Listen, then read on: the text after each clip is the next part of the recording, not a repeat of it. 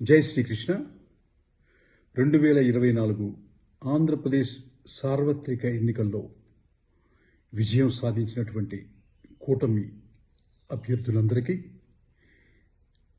TDP అధినేత చంద్రబాబు నాయుడు గారికి, BJP Purandeswari గారికి, మా చిత్ర పరిశ్రమ నుంచి చిరంజీవి గారి తమ్ముడైనటువంటి పవన్ కళ్యాణ్ గారు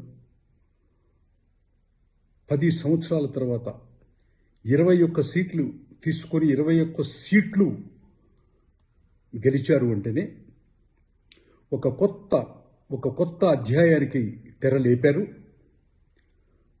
పవన్ కళ్యాణ్ గారికి ముఖ్యంగా చేతులెత్తి నమస్కరిస్తూ, సార్ మీ విజయం చలనచిత్ర పరిశ్రమే కాదు చాలామంది ప్రపంచంలో ఉన్నటువంటి యువతకి ఆదర్శంగా తీసుకున్నారు. మీరు ఇంకా ఎన్నో శిఖరాగ్రంగా ఎక్కి ఈ రాష్ట్రాన్నే కాదు దేశ రాజకీయాల్ని కూడా మీరు ఒక శక్తిగా నిలబడాలని చెప్పని మనస్ఫూర్తిగా కోరుకుంటున్నాను. ఇట్లు మీ చిన్ని కృష్ణ, సినీ రచయిత. జై శ్రీరామ్.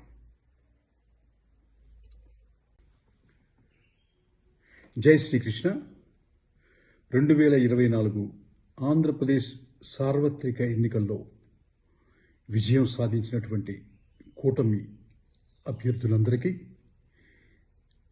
టీడీపీ అధినేత చంద్రబాబు నాయుడు గారికి, బీజేపీ పురంధరేశ్వరి గారికి, మా చిత్ర పరిశ్రమ నుంచి చిరంజీవి గారి తమ్ముడైనటువంటి పవన్ కళ్యాణ్ గారు 10 సంవత్సరాల తర్వాత 21 సీట్లు తీసుకొని 21 సీట్లు గెలిచారు అంటేనే ఒక కొత్త అధ్యాయానికి తెరలేపారు. పవన్ కళ్యాణ్ గారికి ముఖ్యంగా చేతులెత్తి నమస్కరిస్తూ, సార్ మీ విజయం చలనచిత్ర పరిశ్రమే కాదు చాలామంది ప్రపంచంలో ఉన్నటువంటి యువతకి ఆదర్శంగా తీసుకున్నారు. మీరు ఇంకా ఎన్నో శిఖరాగ్రంగా ఎక్కి ఈ రాష్ట్రాన్నే కాదు దేశ రాజకీయాల్ని కూడా మీరు ఒక శక్తిగా నిలబడాలని చెప్పని మనస్ఫూర్తిగా కోరుకుంటున్నాను.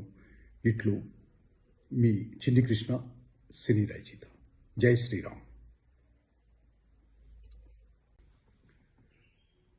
జై శ్రీకృష్ణ 2024 ఆంధ్రప్రదేశ్ సార్వత్రిక ఎన్నికల్లో విజయం సాధించినటువంటి కూటమి అభ్యర్థులందరికీ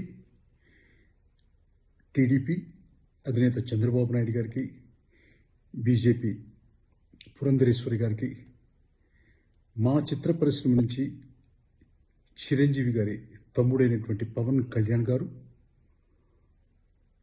10 సంవత్సరాల తర్వాత 21 సీట్లు తీసుకొని 21 సీట్లు గెలిచారు అంటేనే ఒక కొత్త అధ్యాయానికి తెరలేపారు.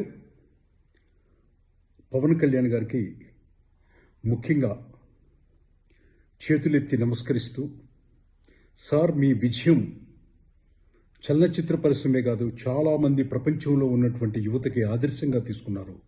మీరు ఇంకా ఎన్నో శిఖరాగ్రంగా ఎక్కి ఈ రాష్ట్రాన్నే కాదు దేశ రాజకీయాల్ని కూడా మీరు ఒక శక్తిగా నిలబడాలని చెప్పని మనస్ఫూర్తిగా కోరుకుంటున్నాను.